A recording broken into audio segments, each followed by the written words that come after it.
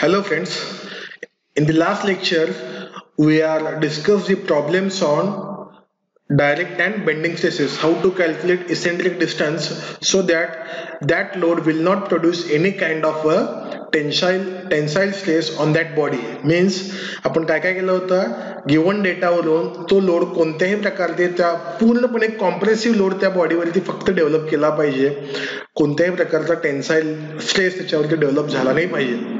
आता आजच्या लेक्चरमध्ये आपण बघायचं आहे मॅक्सिमम आणि मिनिमम स्ट्रेसेस किती असतात त्या बॉडीमध्ये, ते कसा कॅल्क्युलेट करायचा. आपण मागच्या लेक्चरमध्ये स्टडी केलेला आहे डायरेक्ट स्ट्रेस कसा कॅल्क्युलेट करायचा, बेंडिंग स्ट्रेस कसा कॅल्क्युलेट करायचा. फक्त काय करायचं आहे, पुढची स्टेप तुम्हाला प्लस मायनस घेऊन ते तुम्हाला सॉल्व्ह करायचं आहे. आणि त्यासाठी जे प्रॉब्लेम मध्ये फॉर्म्युला लागणार आहेत त्याचं फर्स्ट ऑफ ऑल मी काय करतो, एक्सप्लेनेशन देतोय. When examples given on compressive member like column, pier, etc., then compressive stress is taken as positive and tensile stress is taken as negative. म्हणजे कॉम्प्रेसिव्ह स्ट्रेस जो काय असतो तो पॉझिटिव्ह असणार आहे, टेन्साईल स्ट्रेस जो काय असेल तो निगेटिव्ह. तर उलटा एवढं फक्त लक्षात ठेवा. आता बघा सिग्मा मॅक्सिमम कधी मिळतो, ज्यावेळी डायरेक्ट स्ट्रेस हा बेंडिंग स्ट्रेस पेक्षा काय असतो, जास्त असतो. इथं आपण sigma max is equal to sigma O plus sigma B केलेला आहे. आणि मिनिमम कधी असतो, sigma o minus sigma B. म्हणजे हा जो बेंडिंग स्ट्रेस आहे निगेटिव्ह व्हॅल्यू ज्यावेळेस येते त्यावेळी, म्हणजेच काय बेंडिंग स्ट्रेस काय असला पाहिजे, टेन्साईल कधी येतो, डायरेक्ट स्ट्रेस हा बेंडिंग स्ट्रेस पेक्षा काय असतो, कमी असतो. त्यावेळेस आपल्याला काय म्हणतो, त्याच्यामध्ये टेन्साईल स्ट्रेसेस डेव्हलप होतात. आता एक्झाम्पल मध्ये आपण बघूया, a cast iron hollow circular section has external diameter of 250 millimeter and internal diameter of 200 millimeter. It is subjected to vertical load of 20 kilonewton at a distance of 400 millimeter from the vertical axis of a stanchion. Calculate maximum and minimum stresses at the base of a stanchion. ह्याचा capital D आहे 250 millimetre, small D आहे 200 millimetre given आहे. Circular section त्यांनी दिलेला आहे. Subjected to vertical load of 220 kilo newton means 20 into 10⁻³ newton. आणि E eccentric distance दिला आहे 400 मिलीमीटर. मग आपल्याला परत काय करायचं आहे, डायरेक्ट स्ट्रेस आणि बेंडिंग स्ट्रेस कॅल्क्युलेट करायचा आहे.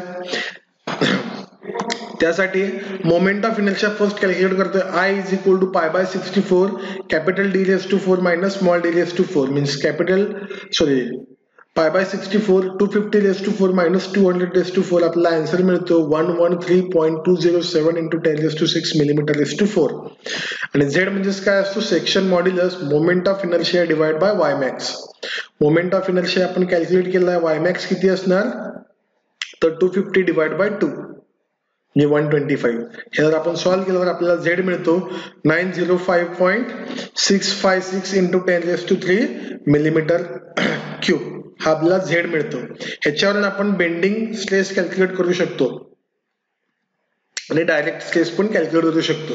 Direct stress is equal to P upon A. P दिला आहे 20 इंटू 10⁻³ आणि ए आहे π/4 d square minus small d square, 250 चा स्क्वेअर मायनस 200 चा स्क्वेअर. हा जर तुम्ही सॉल्व्ह केला तर आपल्याला आन्सर मिळेल 1.13 newton per millimetre square.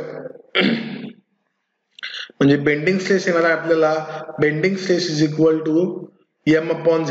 M means P into E आणि Z आपण मागाशी कॅल्क्युलेट केलेला आहे. P म्हणजे आहे लोड 20 इंटू 10⁻³, E आहे 400 आणि Z आपण कॅल्क्युलेट केलाय 905.656 इंटू 10⁻⁶. तो येतो बेंडिंग स्ट्रेस आपल्याला 8.83 newton per millimetre square. Means sigma max किती मिळणार आहे, सिग्मा मॅक्स बघा, सिग्मा ओ plus sigma B means direct plus bending means 9.96 newton per millimetre square compressive मिळेल. आणि सिग्मा मिनिमम बघा, सिग्मा ओ मायनस, सॉरी इथं काय साइन इथं मायनस येईल, ह्याच्यामध्ये हा मायनस आहे, प्लस नाही आहे तर हा मायनस आहे. 1.13 minus 8.83 is equal to minus 7.7 newton millimetre square per millimetre square. Minus means काय असतो, तो टेन्साईल. इथं आपण स्टार्टिंगला मेन्शन केलं आहे. निगेटिव्ह काय असतो, टेन्साईल असतो, आणि पॉझिटिव्ह काय असतो, कॉम्प्रेसिव्ह. म्हणून सिग्मा मिनिमम मिळेल 7.7 न्यूटन पर मिलीमीटर स्क्वेअर. हा काय असणार टेन्साईल, म्हणजे तो जो काय कॉलम आहे टेन्साईल आणि कॉम्प्रेसिव्ह दोन्ही स्ट्रेस मध्ये असणार आहे. त्याच्यामध्ये प्युअरली कॉम्प्रेसिव्ह स्ट्रेस त्याच्यामध्ये डेव्हलप होणार नाहीये. म्हणजे हा सिग्मा मॅक्स येईल 9.96, सिग्मा मिनिमम येईल 7.7. अशा प्रकारे तुम्हाला प्रॉब्लेम सॉल्व्ह करायचे आहेत. Second problem है a hollow circular column having external and internal diameters 40 cm and 30 cm respectively carries a vertical load of 150 kilonewton at outer edge of a column. Calculate the maximum and minimum intensities of stress in the section. Means इथे mention केला आहे carries a vertical load of 150 kilonewton at outer edge of the column. Means एंडला आपण काय केलं आहे load apply केलेला आहे. इथं डायग्राम मध्ये आपल्याला लक्षात येतं आउटर एज मीन्स एक्झॅक्टली बाहेर, सेंटरच्या एक्झॅक्टली आउटसाइड. मग फर्स्ट डी बघा 400 millimetre 40 centimetre means 400 millimetre outer येईल. Capital D small D 300 millimetre. P दिलेला आहे 150 kilo newton means 150 into 10⁻³ newton. E दिलेला आहे capital D by 2. Outer edge means 400/2 200 millimetre आहे. आय येतो π/64 capital D⁴ minus small D⁴. याच्यामध्ये value put केल्यानंतर आपल्याला मिळेल 85 90 29 241 मिलीमीटर⁴ मोमेंट ऑफ इनर्शिया. मग आता याच्यामध्ये बघा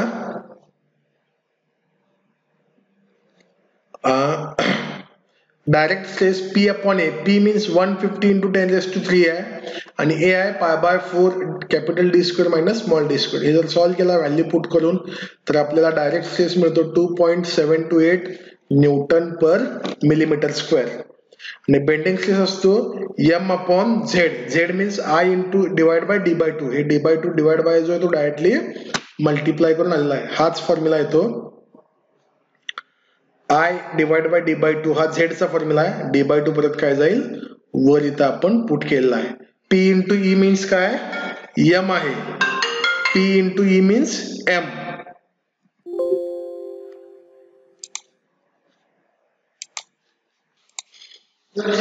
M means P into E आहे आणि Z जो असतो I upon D/2 divide by D/2 इथे डायरेक्टली मी काय केलेला आहे वरती पाठवलेला आहे न्यूमरेटरला. P ची व्हॅल्यू आहे 150 इंटू 10⁻³. E आहे 200. कॅपिटल D आहे 400 डिवाइड बाय 2 आणि I आपण व्हॅल्यू कॅल्क्युलेट केलेला आहे. ह्याच्यामुळे बेंडिंग स्ट्रेस आपल्याला मिळतो व्हॅल्यू पुट केल्यानंतर 6.985 newton per millimetre square. Means maximum stress येईल दोघांची addition direct stress plus bending stress 2.728 plus 6.985 means is equal to किती मिळतो 9.713 newton per millimetre square compressive. आणि मिनिमम स्ट्रेस जो असतो sigma minimum direct stress minus bending stress 2.728 minus 6.985 answer मिळतो -4.257 newton per millimetre square. Negative sign काढून टाकायचं आपण इथं मेन्शन काय करावं लागेल टेन्साईल. सिग्मा मिनिमम जो असतो 4.257 टेन्साईल. अशा प्रकारे आपल्याला मॅक्सिमम आणि मिनिमम स्ट्रेसेस कॅल्क्युलेट करायचे असतात फक्त डायरेक्ट आणि बेंडिंग कॅल्क्युलेट करून. थर्ड प्रॉब्लेम आहे a short column of hollow cylindrical section 250 millimeter outside diameter and 150 millimeter inside diameter carries a vertical load of 390 kilonewton along one of the diameter planes 95 millimeter away from the axis of column. Find the extreme intensity of stresses and their nature. Extreme intensity means maximum आणि minimum stresses काढायचे आहेत आणि nature means compressive आहे की tensile आहे. Capital D आहे 250 आहे small d आहे 150. P दिलेला आहे 390 इंटू 10⁻³ न्यूटन. E दिलेला आहे 95. आता फक्त आपल्याला डायरेक्ट आणि बेंडिंग स्ट्रेसेस कॅल्क्युलेट करायचे आहेत.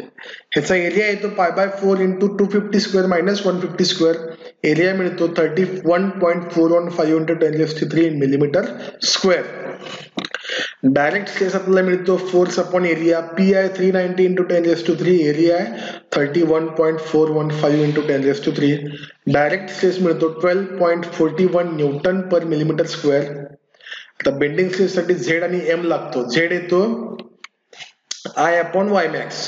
I येतो π/64 capital D⁴ minus small D⁴ आणि Y मॅक्स असतो D/2. ह्यावर व्हॅल्यू पुट करून आपण सॉल्व्ह केलं तर झेड आपल्याला मिळतो 1.335 इंटू 10⁶. कॅपिटल डी माहित आहे, स्मॉल डी माहित आहे, सगळे व्हॅल्यू फक्त आपण काय करायचे आहेत, पुट करायचे. झेड मिळतो 1.335 इंटू 10⁶ मिलीमीटर क्यूब. आता बेंडिंग स्ट्रेस असतो m upon Z. m means p into E. p दिलेला आहे 390 इंटू 10⁻³ आणि झेड आपण कॅल्क्युलेट केला 1.335 इंटू 10⁶. हे सॉल्व्ह केल्यानंतर sigma B direct bending stress मिळतो 27.75 न्यूटन पर मिलीमीटर स्क्वेअर. तर मॅक्सिमम स्ट्रेस येईल direct stress plus bending stress means sigma O plus sigma B 12.41 plus 27.75 is equal to 40.16 newton per millimetre square. ह्याचा nature जो आहे compressive आहे. आणि minimum direct minus bending means 12.41 minus 27.75 is equal to मिळतो 15.34 newton per millimetre square. Minus sign काढून टाकायचं असेल तर तो काय येईल, tensile. Negative sign indicates the nature of stress is tensile. अशा प्रकारे आपला नेचर पण त्याच्यामध्ये मेन्शन करता आले पाहिजे. थँक्यू. इथं आपला लास्टचा जो टॉपिक आहे तो संपतो. अशा प्रकारे आपला सॉमचा सिलेबस संपलेला आहे.